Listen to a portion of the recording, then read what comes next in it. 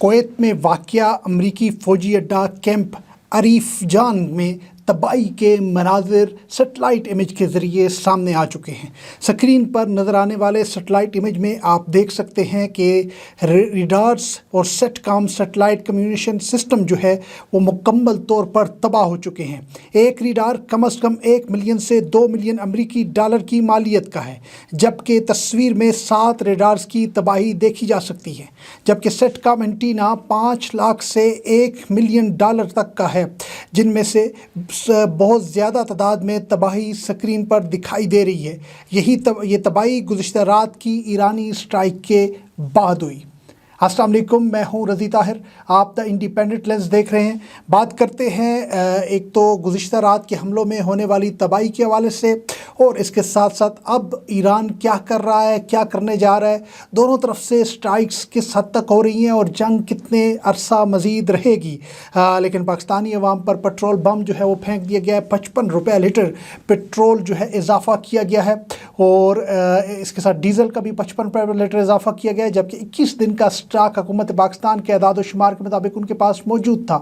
7 دن بعد ہی اتنا بڑا اضافہ، یہ کیا منافع خوروں کو فائدہ دینے کے لیے کیا گیا ہے؟ کیا یہ حکومت جو 100 روپے فی لیٹر ہم سے ٹیکس لے رہی تھی، کیا حکومت عوام کو ریلیف نہیں دے سکتی کہ آدھا ٹیکس کم کرے اور آدھا عوام پر بوجھ ڈالے؟ لیکن سارے کا سارا بوجھ عوام پر ڈال کے حکومت نے ثابت کیا ہے کہ اس کا عوام کی مشکلات سے کوئی تعلق نہیں۔ اب کیا ہوگا؟ بجلی مہنگی ہو جائے گی، آٹا مہنگا ہو جائے گا، آپ کی روزمرہ کی اشیاء، پھل، سبزیاں، اشیاء ضروریہ، خوردنوش کی اشیاء، بسوں کے کرائے، ہر چیز صبح سے مہنگائی کا ایک طوفان آئے گا۔ ایک عام غریب آدمی کہاں جائے گا؟ یہ ایک بہت بڑا سوال ہے۔ لیکن بات کرتے ہیں امریکی حکام کے مطابق روس ایران کو مشرق وسطیٰ میں موجود امریکی جنگی جہازوں اور طیاروں کی لوکیشن سے متعلق انٹیلیجنس فراہم کر رہا ہے۔ رپورٹس کے مطابق اس معلومات میں امریکی بحری جہازوں، فوجی طیاروں اور ریڈار سسٹم کی پوزیشنز شامل ہیں جو خطے میں تعینات ہیں۔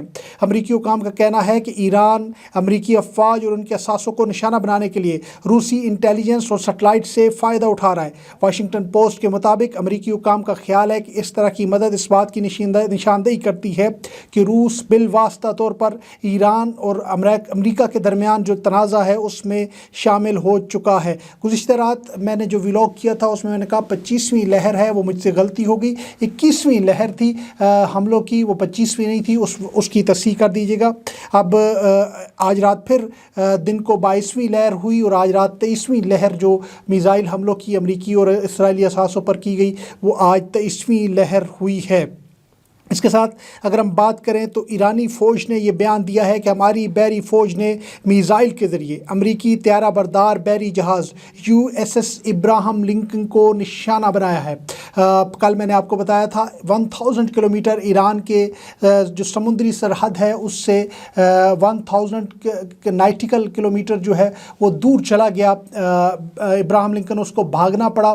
آج ایران دوبارہ کہتا ہے کہ انہوں نے نشانہ بنایا ہے۔ کویت میں تباہی کے مناظر آپ کو میں نے بتائے۔ اب بات کرتے ہیں متحدہ عرب امارات میں واقع امریکی تھاڈ اڈہ جو یعنی دفاعی نظام ہے، اس کی تباہی کے مناظر امریکی صحافی ریان گرم نے شائع کیے ہیں۔ ریان گرم نے جمع کیے گئے شواہد جو ہے وہ پبلک کیے ہیں، جس میں متحدہ عرب امارات میں قائم امریکی تھاڈ اڈے پر ایرانی حملوں کے بعد کی صورتحال دیکھی گئی ہے۔ آگ جلتی دکھائی دی گئی ہے اس میں، اور تھاڈ سسٹم کی مکمل تباہی کے مناظر دکھائی دیے گئے ہیں، اور یہ بہت بڑی جو ڈیولپمنٹ ہے، یعنی تھاڈ سسٹم جو دفاعی سسٹم ہے اس کو تباہ کرنا ایران کی جانب سے یہ بہت بڑی کامیابی کے طور پر دیکھا جا رہا ہے۔